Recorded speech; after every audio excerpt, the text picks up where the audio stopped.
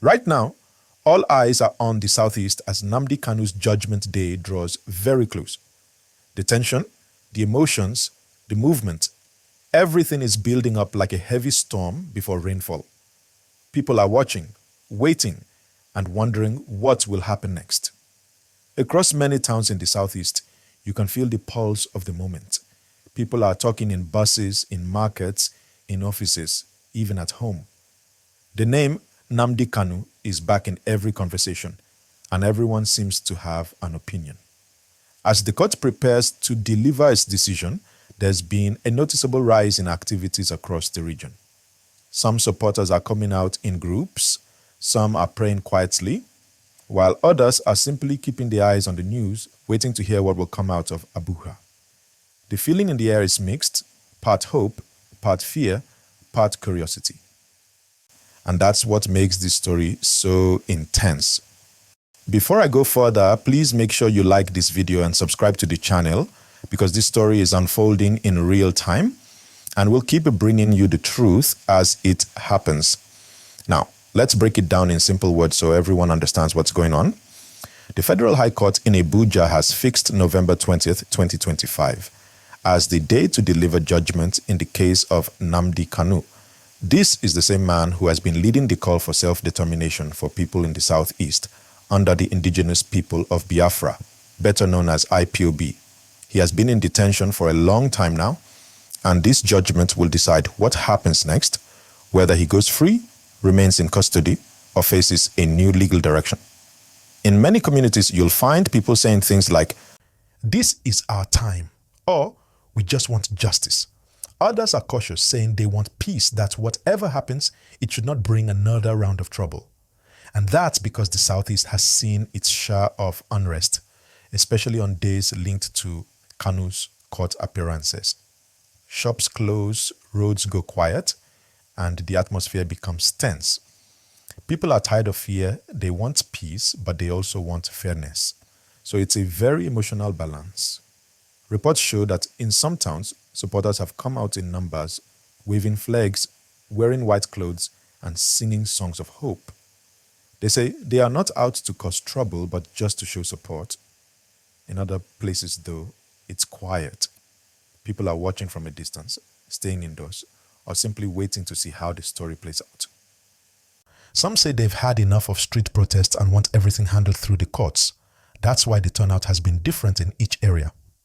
Now, while all this is happening, security agencies are on alert.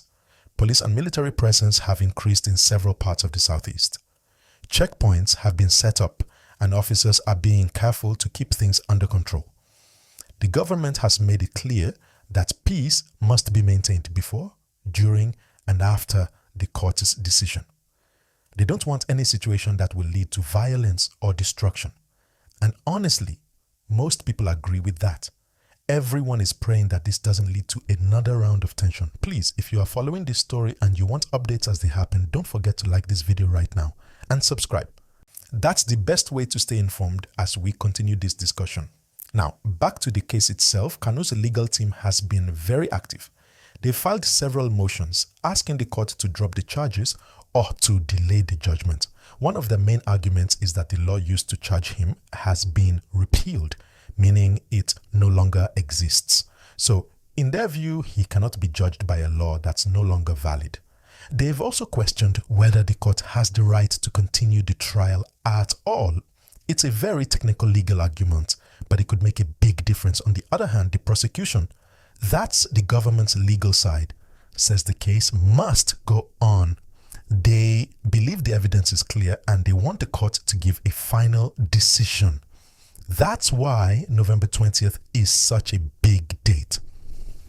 Everyone is waiting to hear what the judge will say. The truth is, no matter how this goes, the result will have a big effect not just in the southeast, but across Nigeria. If Kanu is freed, it could bring celebration and relief to his supporters. But it could also bring political reactions, as some people might see it as a big win for IPOB. If the judgment goes the other way and is not released, then the government and security agencies will have to manage the reactions carefully because emotions are already running high. At the same time, the larger picture here is about unity and justice. People want to know if Nigeria can handle cases like this with fairness and transparency. That's what will build trust. And that's why this moment is bigger than one man. It's about how the system works and how people see justice being done. Now, let's talk about the mood in the Southeast again. Some elders and community leaders have been urging everyone to stay calm no matter what happens. They say that peace must come first. Business owners, traders, students, even transport workers are all hoping there will be no violence.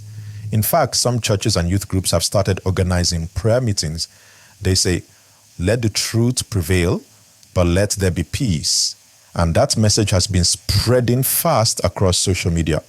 Speaking of social media, if you go online right now, you'll see videos of people talking about Kanu, sharing opinions, and analyzing what they think the court will say. Some posts show peaceful gatherings with people carrying banners saying justice for Kanu, while others show towns going about their normal daily routine. It's clear that everyone is paying attention, whether they're out on the street or just watching from their phones. Let me remind you again, if you are following this story and you want to keep getting the truth, hit the like button now and subscribe. That helps us grow, and also make sure you never miss any of our updates. Now let's think about what might happen next. There are three main ways this could go. One, the court might give a clear judgment, either freeing Kanu or ruling against him. Two, the case could be delayed again because of new appeals or technical issues. And three, there could be a middle ground. Maybe the court orders a retrial or another round of hearings. Whatever happens, it's going to shape the political conversation for a long time. But beyond the politics, there's also the human side of the story. Kanu's family and supporters have talked about his health and his time in detention. His lawyers have said he hasn't been in perfect condition and that he needs better access to medical care. These are real concerns because whether you support him or not, he's still a citizen, and the law must protect every citizen's rights. Many civil society groups have echoed that point, that fairness and humanity must not be lost in the middle of all the legal and political drama. Now, something interesting to note. In some towns, especially in Anambra, Enugu, and parts of Abia, the mention of Judgment Day brings mixed feelings. Some people are excited, saying, "We want to hear the truth finally." Others are anxious, worried that any bad news might cause another shutdown. Remember the times when people used to sit at home on Mondays because of fear or tension? Many are hoping that those days never return. Governors in the region are also speaking up. They're asking residents to stay peaceful, reminding them that no matter what happens in court, the Southeast still needs stability. Businesses still need to run, and life must go on. That's a strong message because everyone understands how much damage unrest can do to local economies. Please, if you're enjoying this gist and you want more updates, don't forget to like this video right now and subscribe. It means a lot and helps us continue giving you the real stories as they unfold. Now let's look at the bigger meaning behind all of this. The Nnamdi Kanu case has become more than just a court case. It's become a symbol, a test of justice, a question of identity, and a measure of how far Nigeria has come in handling sensitive political issues. It's also reminding everyone that unity can only stand when fairness exists. People are not just asking for one man's freedom. They are asking for equal treatment, respect, and inclusion. So, as November 20th approaches, the world is watching. Diplomats, international organizations, and foreign media are keeping an eye on how Nigeria handles this. Because what happens here will send a message about democracy, about the rule of law, and about how citizens' voices are respected. One more thing. This story is also showing the power of dialogue. You can already see that some civic groups are calling for peace talks and open discussions between the government and representatives of the Southeast.